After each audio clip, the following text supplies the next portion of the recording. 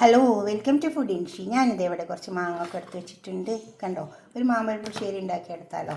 ഇത് കുറച്ച് മാങ്ങ തോലെത്തിയിട്ട് എടുത്തിട്ടുണ്ട്. ഇത് വെച്ചിട്ട് നമുക്ക് മാമ്പഴ പുളിശ്ശേരി ഉണ്ടാക്കാം. അതെങ്ങനെ ഉണ്ടാക്കാൻ നോക്കാം. ഇതിൽ കുറച്ച് തേങ്ങ തൈരൊക്കെ ആവശ്യമുണ്ട്. ഞാനൊരു ഉള്ളി അടുപ്പത്ത് വെച്ചിട്ടുണ്ട്. അതിലേക്ക് നമുക്ക് മാങ്ങ ഇട്ട് കൊടുക്കാം. കുറച്ച് നെയ്യ് വെച്ച് കൊടുക്കാം. പശു നെയ്യാണ്. എന്നിട്ട് വെള്ളം മാങ്ങ ഇതിലേക്ക് വരട്ടെ. മൂടി വെച്ച് കൊടുത്താൽ അപ്പോൾ അതിലങ്ങനെ കിടന്ന് വെന്തോളും. മാങ്ങ വെന്ത് വന്നിട്ടുണ്ട്. കണ്ടോ, നല്ലോണം വെന്ത്. ഇതിലേക്ക് ഞാൻ കുറച്ച് ശർക്കര ഉരുക്കി വെച്ചിട്ടുണ്ട്. അത് ഒഴിച്ച് കൊടുക്കുന്നുണ്ട്. ഇതിൽ കിടന്നിട്ട് ഇനി ശർക്കര ഈ മാങ്ങയും കൂടി ഇതിൽ കിടന്ന് അങ്ങനെ ഉരുകട്ടെ. അതിൽ കിടന്നിട്ട് അങ്ങനെ നന്നായി വേവട്ടെ. ശർക്കര ഉരുക്കിയതാണ്. ഈ മാങ്ങയിൽ ഈ ശർക്കരയൊക്കെ പിടിക്കണം. അപ്പോഴത്തെ നമുക്കൊരു അരപ്പ് തയ്യാറാക്കാം. പിടില്ല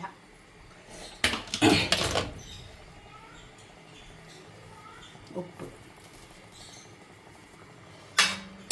ഇനി ഇതിൽ കിടന്നിട്ടൊന്ന് വെറ്റട്ടെ. അപ്പോഴത്തെ നമുക്ക് അരപ്പ് തയ്യാറാക്കാം. ഇത് തൈര്,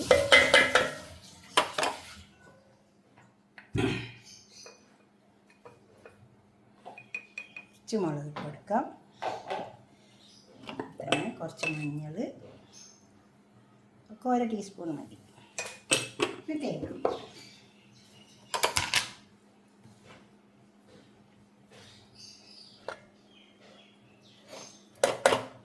നമുക്കിത് അരച്ചെടുക്കാം. കുറച്ച് വെള്ളം ചേർത്തിട്ട് അരച്ചെടുക്കാം. ഈ മാങ്ങ വെന്ത് വന്നു. കണ്ടോ, ഇതേമാതിരി വെന്ത് വരിക മാങ്ങ. ശർക്കരയൊക്കെ ഇതിൽ ഈ മാങ്ങൻ്റെ മേലെ പിടിച്ച് ഒറ്റ കഷ്ണം ശർക്കര ഇട്ട് കൊടുത്തിട്ടുള്ളൂ കേട്ടോ. 4-5 മാങ്ങയിലുള്ളൂ. ഈ അരപ്പ് ഇതിലേക്ക് അങ്ങ് ഒഴിച്ചു കൊടുക്കാം.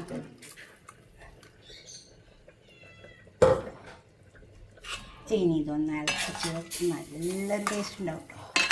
എന്നിട്ട് ഇതിനെ ഒന്ന് തൂമിച്ചെടുക്കാം.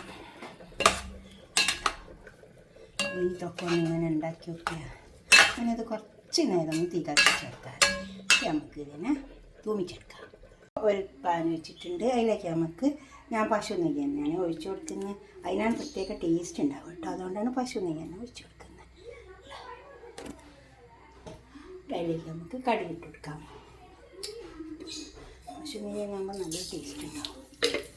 ചൂടായ പാത്രം അതിൽ കടുക് പൊട്ടട്ടെ, നല്ലോണം പൊട്ടട്ടെ.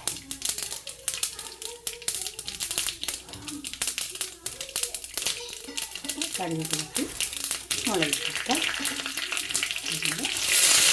കറിവേപ്പില,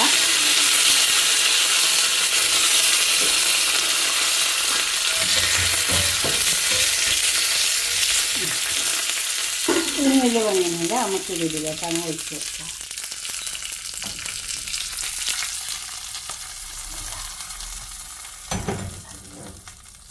ഇതുപോലൊക്കെ ഒന്ന് ഉണ്ടാക്കി വെക്കുക. നല്ല ഉണ്ടാവും കേട്ടോ. നമുക്കൊന്ന് ഇതിനേക്കൊക്കെ ഒന്ന് ഇറക്കിച്ച് ഓരോ മാങ്ങ എടുത്ത് തിന്നാം. നല്ല ടേസ്റ്റ് ഉണ്ടാവും.